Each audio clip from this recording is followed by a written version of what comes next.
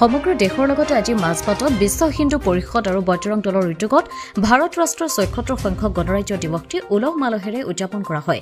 এই উপলক্ষে ওদালগুৰি জিলা বিশ্ব হিন্দু পৰিষদ আৰু বজৰং দলৰ উদ্যোগত মাজবাট প্ৰখণ্ড বজৰং দলৰ সহযোগত প্ৰথমবাৰৰ বাবে মাজবাট চহৰৰ ৰাম মন্দিৰত আয়োজিত গণৰাজ্য দিৱসৰ ৰাষ্ট্ৰীয় পতাকা উত্তোলন কৰে ওদালগুৰি জিলা RSS শাৰীৰিক প্ৰমুখ বীৰেন নাৰ্জাৰীয়ে। ৰাষ্ট্ৰীয় পতাকা উত্তোলন কৰি দেশৰ স্বাধীনতা আন্দোলনত আত্মবলিদান দিয়া বীৰ শ্বহীদৰ চৰম ত্যাগ আৰু মুক্তি যুঁজাৰু মহান ব্যক্তিসকলৰ দেশপ্ৰেমক শ্ৰদ্ধাৰে স্মৰণ কৰে নাৰ্জাৰীয়ে।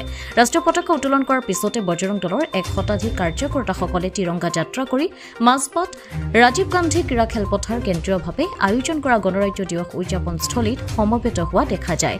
আজিৰ উক্ত কাৰ্যসূচীত উপস্থিত থাকে ওদালগুৰি জিলা বজৰং দলৰ সংযোজক দীপেন হিন্দু বসুমতাৰী, সহ সংযোজক দিলীপ হিন্দু চৌহান, সদস্য সঞ্জীৱ দেৱনাথ, জ্যেষ্ঠ নাগৰিক ৰামায়ণ মিস্ত্ৰী, মাজবাট প্ৰখণ্ড বজৰং দলৰ উপদেষ্টা সন্তোষ পাটোৱাৰী, সংযোজক ধীৰাজ তিৱাৰী, বজৰং কৰ্মী দিলীপ দাস, পৰেশ দাস, পাপু হৰিজন, জিতেন্দ্ৰ হৰিজন আদি উপস্থিত থাকে। প্ৰথমবাৰ ওদালগুৰি জিলা বিশ্ব হিন্দু পৰিষদ আৰু বজৰং দলৰ উদ্যোগত আমি তিৰংগা যাত্ৰা আজি ৰাখিছিলোঁ কাৰ্যসূচী। আমি ৰাতিপুৱা ৮টা বজাৰ পৰা এখন তিৰংগা যাত্ৰা কৰি ইয়াত আমি আহি সমবেত হৈছোহি। আজি আমি বিশেষ উদ্দেশ্য এইটোৱে, ভাৰতবৰ্ষৰ নিচিনা এটা বৃহৎ আৰু বিশ্বৰ এটা ডাঙৰ গণতান্ত্ৰিক দেশত আমি গণতান্ত্ৰিক নাগৰিক। সেয়ে ভাৰতবৰ্ষৰ যিহেতু আমি সংবিধানৰ মানি চলিব লাগে, আমি প্ৰথম ভাৰতীয় হিচাপে ভাৰতবৰ্ষৰ যিহেতু মৌলিক কৰ্তব্য আৰু ভোট আছে, তাতে আমি ভাৰতীয় নাগৰিক গণতন্ত্ৰৰ এখন সচেতন নাগৰিক হিচাপে আমি আমাৰ কৰ্তব্য আছে যে গণতন্ত্ৰ যিখিনি সংবিধান বা গণতন্ত্ৰ যিখিনি ৰাষ্ট্ৰ পৰিচালিত হয়, সেই গণতন্ত্ৰক বা সেই সংবিধানক আমি মানিবই লাগিব আৰু সংবিধান মানিহে আমি যিকোনো আমি কাৰুকাৰ্য কৰিব লাগিব। সেই হিচাপে নিৰ্বিশেষে সকলোৱে আছোঁ, সকলোৰে মাজে যাতে মিলা প্ৰীতি থাকে আৰু অটুট বান্ধোন স্নেহ ভাতৃত্ববোধ থাকে আৰু আমি এই উদ্দেশ্যে আগত ৰাখি ভাৰতবৰ্ষখন এখন ভাৰত মাতৃক আগুৱাই নি আমি ভাৰতবৰ্ষক এক হিন্দু ৰাষ্ট্ৰ গঢ়াৰ উদ্দেশ্যে আজি আমি এই কাৰ্যসূচী ৰাখিছিলোঁ আৰু আগন্তুক বৰ্ষত আমাৰ এই কাৰ্যসূচী আৰু বিখ্যাত ৰূপত আমি যে অনুষ্ঠিত কৰি আহিম আৰু কাৰ্যসূচী হাতত ল'ম বুলি আমি আজি ডাঙৰ উদ্দেশ্যটো এইটোৱে আছিলে। ধন্যবাদ।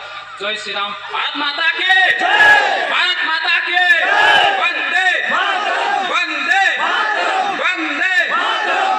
ধন্যবাদ।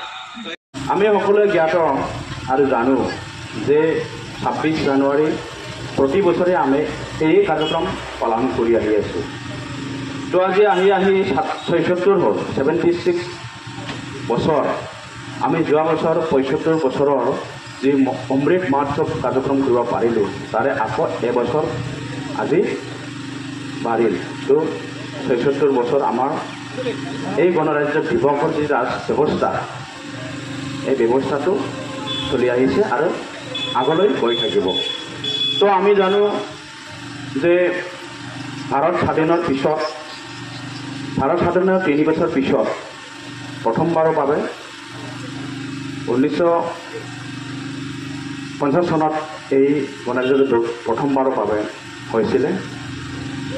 স্বাধীনতাৰ যে 1977 চনত হৈছিল, তেতিয়াৰ পিছত এই ভাৰতৰ কিছু শাসন ব্যৱস্থাৰ কাৰণে আমাৰ এটা সংবিধানৰ প্ৰয়োজন হৈছিল। তো সংবিধান যেতিয়া আমাৰ ৰচনা কৰিবলৈ আমাক দায়িত্ব দিছিলে মহান ব্যক্তি B.R. আম্বেদকাৰক, তেখেতৰ টীম বা তেখেতৰ যি গোট বা তেখেতৰ কমিটিয়ে তেওঁলোকে 3 বছৰ ধৰি এই ভাৰতৰ যি সংবিধান ব্যৱস্থা ৰচনা সম্পূৰ্ণ কৰি 1950 চনৰ জানুৱাৰীৰ 26 তাৰিখে আজিৰ দিনটোত এই শাসন ব্যৱস্থাটো ৰাইজৰ হাতত তুলি দিছিলে। তো আজি যে গণতান্ত্ৰিক যে ৰাজ্য ব্যৱস্থা, এই ব্যৱস্থাটো এতিয়া আমাক 26 জানুৱাৰীৰ দিনাখন ৰাইজৰ হাতত দিছিলে আৰু এই প্ৰশাসন ব্যৱস্থা বা অন্যান্য যিকোনো ভাৰতৰ যি ৰাজ ব্যৱস্থা ৰাজতন্ত্ৰ, এইটো তেতিয়াৰ পৰা আজিলৈকে চলি আহিছে আৰু আগলৈ চলি যাব।